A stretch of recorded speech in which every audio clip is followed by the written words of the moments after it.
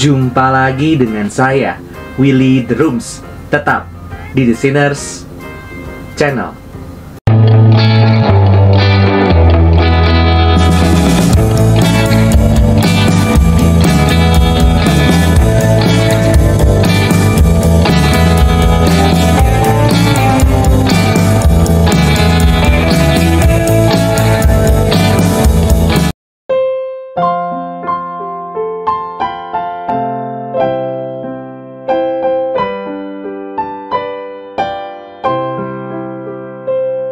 Kita sampai pada bagian terakhir dalam video ini dari video-video sebelumnya.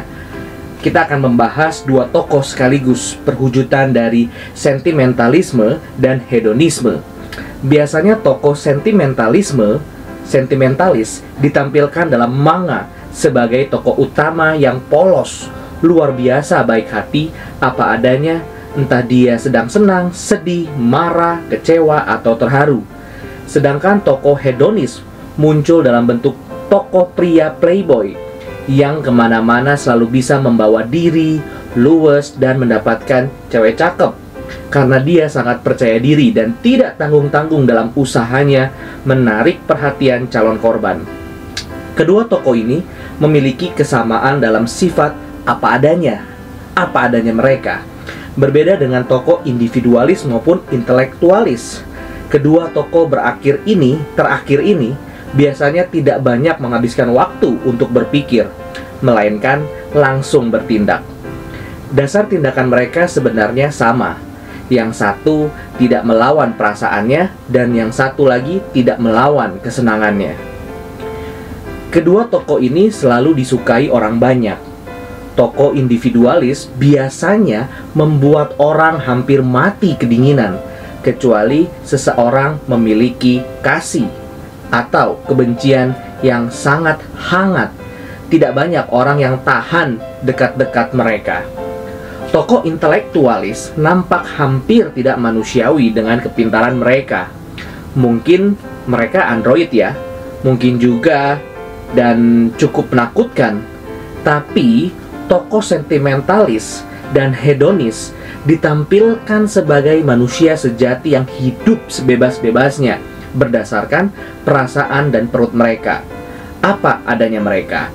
Mereka sangat dinamis dan cepat tanggap terhadap situasi sekitar. Orang-orang menyukai mereka karena mereka sangat natural dan memancing senyum atau tawa dari yang lain dengan tingkah polos mereka. Pada dasarnya, kita semua setuju bahwa bergaul dengan orang-orang semacam ini sangat menyenangkan. Mereka sulit berpura-pura dan yang mereka katakan adalah apa yang mereka sungguh-sungguh rasakan, penuh kejujuran, tanda kutip kejujuran. Sulit bagi mereka untuk menjaga rahasia lama-lama karena mereka transparan dan mudah dibaca seperti seorang anak kecil yang bebas. Kita ingin bisa seperti itu, bukan? Kita ingin bebas seperti waktu kecil atau bahkan melampauinya.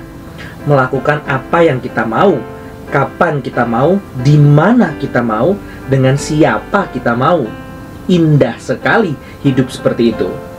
Sewaktu saya merasa sedih, saya menangis. Waktu marah, ngamuk. Waktu senang, ketawa. Waktu ingin dengan si A, ya cari A. Waktu bosan dengan A, buang A. Saya adalah tuan dari hidup saya sendiri. Merdeka, mungkin bahkan lebih dari manusia sejati. Saya sudah jadi Ubermensch, makhluk yang lebih tinggi daripada manusia. Mari kita coba amati orang-orang dalam hidup nyata yang adalah sentimentalis dan hedonis. Ada seorang sentimentalis kenalan saya yang tidak pergi ke gereja kalau dia sedang bertengkar dengan pacarnya. Saya tidak pernah bertanya sendiri kepada dia, apakah dia juga tidak pergi kerja, makan, dan lain sebagainya kalau dia sedang bertengkar dengan pacarnya. Tapi, yang manapun jawabannya, saya kira ada pelajaran menarik yang mencerminkan kehidupan kita yang penuh ketidakbebasan dan penuh kontradiksi. Kalau seseorang bertengkar dengan orang yang paling dia kasihi, biasanya orang itu merasa sangat amat tidak enak sekali. Terutama perempuan. Kebanyakan ingin masalah diselesaikan saat itu juga. Kembali kepada kasus kita mengenai pergi atau tidak pergi ke gereja atau tempat kerja sesudah pertengkaran. Saya yakin, apakah teman saya itu akan ke gereja atau ke tempat kerja? Perasaannya pasti sama kacau sesudah bertengkar. Kemungkinannya sekarang ada dua. Pertama, dia tidak pergi baik ke gereja maupun ke tempat kerja. Atau yang kedua, dia tidak pergi ke gereja tapi pergi ke tempat kerja. Kalau dia juga tidak pergi ke tempat kerja, saya rasa orang-orang bukan Kristen pun bisa menemukan kesalahan pada keputusan ini. Entah mengenai uang, tanggung jawab, dan nama baik di tempat kerja, atau bahkan mungkin kenapa harus pacaran dengan orang itu. Apa saja. Tapi yang lebih menarik buat saya adalah kalau dia tetap pergi ke tempat kerja.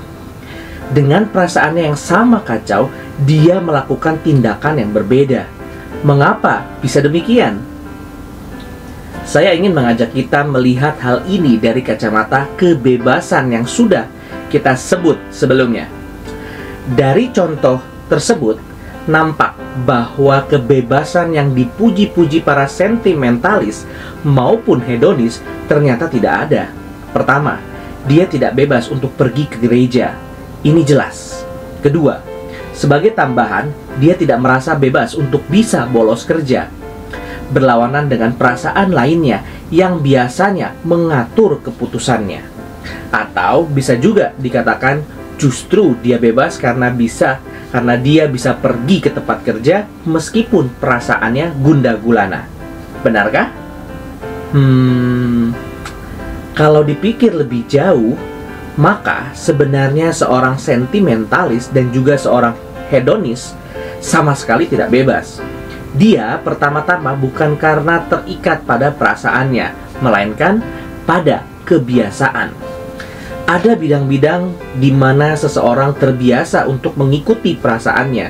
Dan pada kemungkinan kedua dari kasus yang tadi, pekerjaan tidak termasuk dalam bidang perasaan, melainkan kebiasaan. Demikian seorang hedonis juga sama tidak bebasnya. Dia terikat pada pola kehidupan berdosanya. Dan bagi saya pribadi, kedua macam orang ini cepat jadi membosankan. Semua orang punya perasaan dan semua orang menginginkan kesenangan. Itu jelas.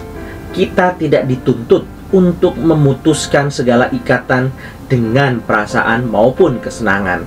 Kita tidak perlu mengkosongkan diri dari segala perasaan dan kesenangan seperti robot yang dingin tanpa ekspresi apapun kecuali beberapa lampu yang berkedip.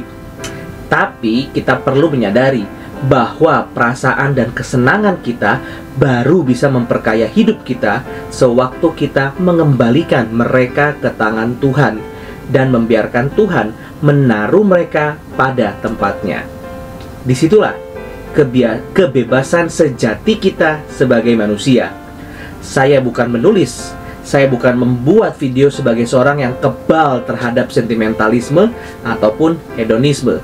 Sebaliknya, sampai sekarang ini masih merupakan perjuangan. Tapi ada breakthrough atau terobosan yang Tuhan berikan. Yang paling terakhir adalah waktu saya dibawa untuk melihat kebanyakan tindakan-tindakan yang saya buat dalam hidup ini bukanlah hasil dari suatu pertimbangan yang matang, dengan sepenuh hati yang bulat, atau perasaan yang sungguh damai, apalagi hasil suatu kebebasan mentaati Tuhan, melainkan semata-mata hanyalah hasil kebiasaan. Padahal, kuasa kebangkitan Kristus pasti mampu mematahkan pola hidup berdosa kita, kalau saja kita rela berlatih satu kebiasaan baru dalam kebebasan untuk taat dan bergantung kepadanya. Ada terlalu banyak penipuan yang kita anggap benar sewaktu kita hidup mengikuti hawa nafsu kita.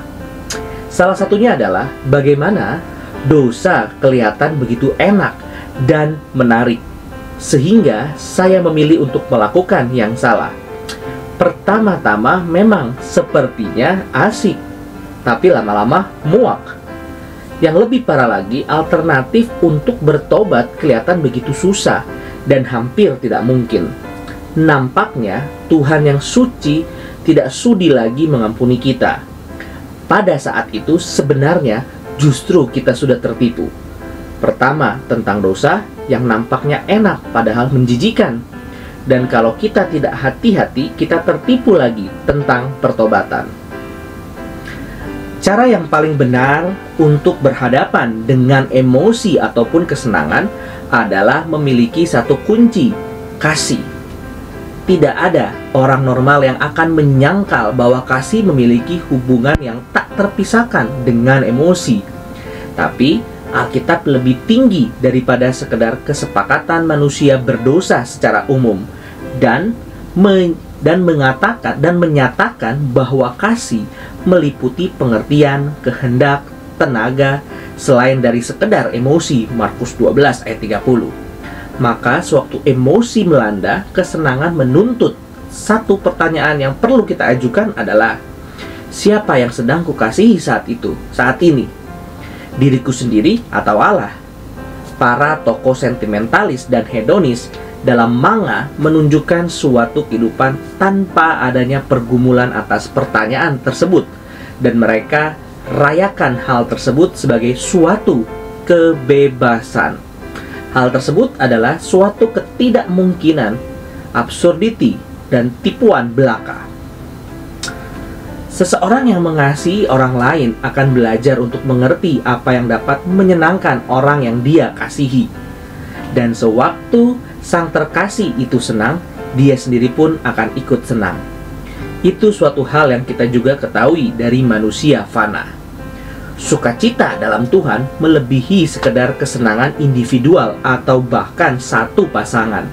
Sukacita kita ada dalam mengasihi dan dikasihi oleh Raja di atas segala alam semesta, dan di dalam mengambil bagian dalam rencana yang besar, yang kekal, bahkan waktu kita hanya mengerjakan hal-hal yang nampaknya biasa-biasa saja.